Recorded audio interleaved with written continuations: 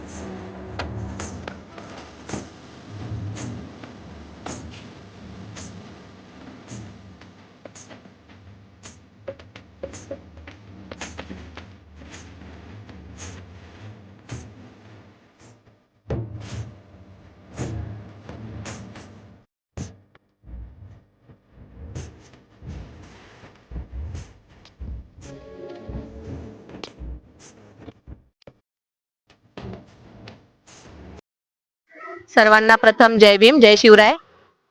Doctor B R. Ambedkar फोर्सच्या वतीने इथे हळदीकुंकाचा महिलांचा कार्यक्रम घेण्यात आलेला आहे आणि या माझ्या कार्यक्रमाला आपण सर्व महिला ज्यांनी उत्स्फूर्त प्रतिसाद दिलेला आहे त्या सर्व महिलांचे मी मनोभावे खूप खूप आभार मानते. जय भीम.